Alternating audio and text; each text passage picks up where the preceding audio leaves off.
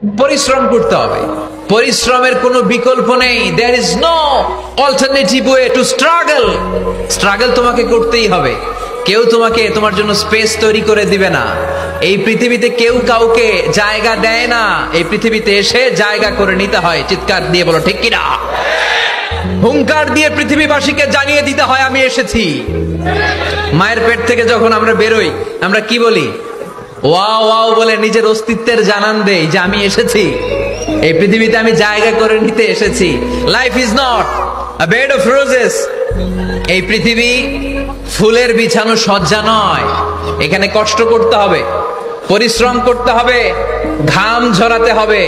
পরিশ্রমের ঘামে যে লোনা পানি থাকে, ওই লোনা পানিতে জন্ম নেয় সফলতার বীজ।